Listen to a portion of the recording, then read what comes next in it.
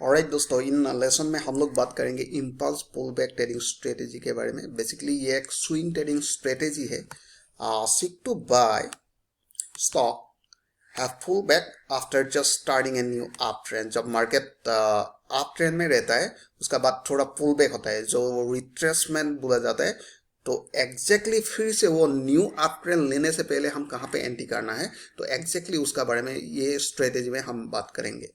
तो यहाँ पे आप जैसे देख सकते हैं, यहाँ पे जैसे पहले हायर हाई फॉर्म हुआ, उसका बाद एक थोड़ा पुल बैक आया और फिर से मार्केट न्यू हाई बनाने से पहले हमें एग्जैक्टली यहाँ पे कैसे एंट्री करना है, कैसे कौन सा स्ट्रेटेजी या कौन सा इंडिकेटर देख के हमें एग्जैक्टली यहाँ पे बाय करना है, उसका ऊपर बाय करने बात करेंगे।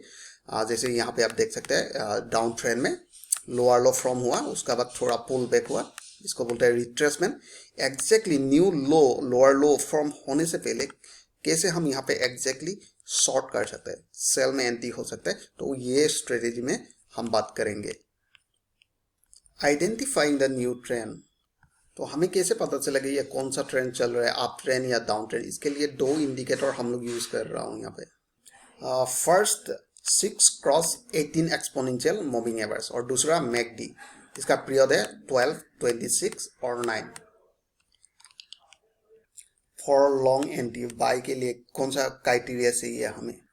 ए new uptrend is signalled by 6 EMA crossing above 18 EMA और MACD 12, 16 and 9 showing a bullish histogram। तो इसका मतलब होता है जब 6 EMA, जैसे आप यहाँ पे देख सकते हैं 6 EMA cross 18 exponential moving average, 6 cross 18, so exactly यहाँ पे 6 क्रॉस 18 मतलब ये अप ट्रेंड फॉर्म हो गया। और हिस्टोग्राम में आप देख सकते हैं यहाँ पे जैसे हिस्टोग्राम, जस्ट मिनट, यहाँ पे आप देख सकते हैं हिस्टोग्राम क्रॉस हुआ मैकडी एग्जैक्टली आप। Alright, now can see here. So मतलब उसका मतलब ये अप ट्रेंड फॉर्म हुआ। Next criteria, we want to see an immediate corrective pullback after the uptrend। जैसे हमने यहाँ पे देखा एग्जैक्टली क्रॉसओवर हुआ, राइट। यहाँ पे एग्जैक्टली 6 मूविंग एवरेज क्रॉस 18, तो मतलब ये short term up trend form हो गया। उसका बाद एग्जैक्टली हमें क्या चाहिए, एक पुल बैक कैंडल चाहिए। Third criteria, the candle immediately after the indicator signal is known as a swing high candle।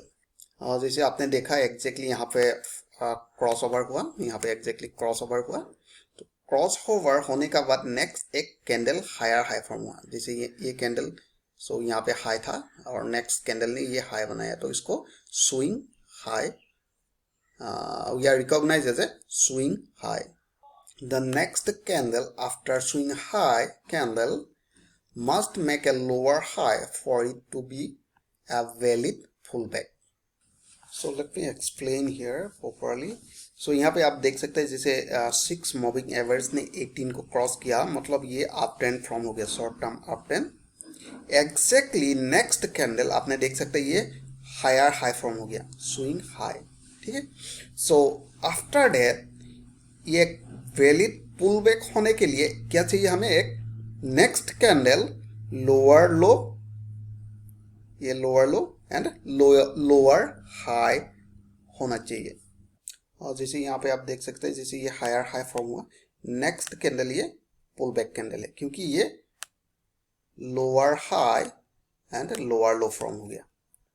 So exactly ये जो फॉर्म होता है इसको बोलते हैं हम पुल बैक कैंडल, ठीक है, इसको बोलते हैं पुल बैक कैंडल। अगर ये हायर हाई फॉर्म कर दिया, सो ये valid pull back trading strategy नहीं है। ऑलराइट, सो अनदर क्राइटेरिया, अगर ये इनसाइड बार फॉर्म हो गया, okay, this is still valid pull back trading strategy. So हम बाद में बात करेंगे। सो इसमें हम देख सकते हैं ये एक MACD मैकडी, यहाँ पे आप देख सकते हैं क्रॉसओवर, मैकडी क्रॉसओवर एग्जैक्टली, और उस समय हम देख सकते हैं एक स्विंग हाई कैंडल फॉर्म हुआ। एंड राइट आफ्टर दैट जैसे यहाँ पे स्विंग हाई फॉर्म हो गया क्योंकि ये previous high and is the previous high and now देख सकते हैं ये नेक्स्ट हाई फॉर्म हुआ, इसको बोलते हैं हम स्विंग हाई। सो बाद में next candle lower high and lower low form हो गया। So this candle call pullback candle, इसको बोलते हैं pullback. Alright, for short entry exactly ये ऑपोजिट, बाइंग का ये ऑपोजिट है।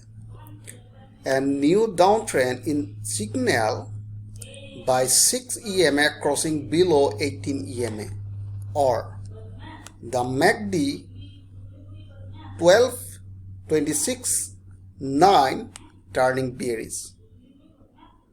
First criteria. Second criteria, we want to see an immediate corrective pullback after downtrend. The candle immediately after the indicator signal is known as a swing low. All right, this is called swing low candle.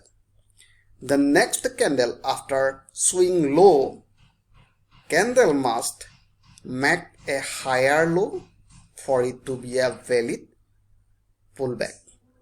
Now take a look. यहाँ पे आप देख सकते हैं जैसे exactly यहाँ पे MACD bearish signal form हो गया, ठीक है, क्योंकि ये MACD cross exactly in this area, ठीक है। जब MACD क्रॉस किया हुआ है एंड आप यहाँ पे देख सकते हैं ये लोअर लो फॉर्म हुआ, ठीक है, ये लोअर लो, प्रीवियस ये लोअर लो था एंड ये लोअर हाई था और ये लोअर हाई था। तो आप यहाँ पे देख सकते हैं ये next candle call swing low, क्योंकि ये लोअर लो फॉर्म हो गया, ठीक है, ये lower low, previous lower point and previous lower point. Right after that next candle आप देख सकते हैं ये higher high and higher low form, और इसको बोलते हैं pullback candle. Alright, this is a pullback candle क्योंकि ये higher high and higher low form हुआ।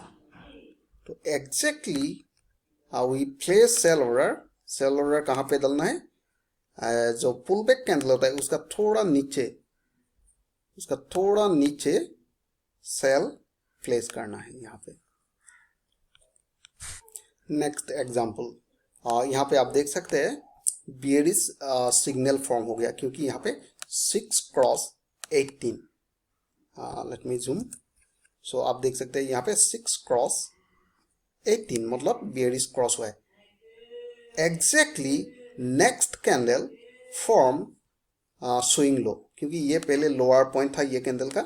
सो नेक्स्ट कैंडल यहाँ पे लोअर लो फॉर्म हो गया, इसको बोलते हैं हम स्विंग लो। लेकिन यहाँ पे सिनेरियो थोड़ा अलग है। तो नेक्स्ट कैंडल फॉर्म हुआ इनसाइड बार। क्यों ये इनसाइड बार है, आप देख सकते हैं ये लोअर लो, यहाँ पे हायर लो फॉर्म हो गया, बट हायर हाई फॉर्म नहीं हुआ क्योंकि ये प्रीवियस हायर लो था, इसको ब्रेकआउट नहीं किया, तो ये इनसाइड बार। तो अगर ये इनसाइड बार फॉर्म हो गया तो हमें इसमें ट्रेड लेना नहीं है। ट्रेड कब लेना है, हमें वेट करना है एक at least pullback candle. So next candle आप देख सकते हैं ये higher high and higher low next candle, this candle call pullback candle, ठीक है। सो एग्जैक्टली जब पुल बैक कैंडल फॉर्म हुआ इसका थोड़ा नीचे हम सेल फ्लैश करेंगे और ऑल द वे आप देख सकते हैं मार्केट नीचे गया हुआ है, तो एग्जैक्टली उसका नीचे हम शॉर्ट करेंगे।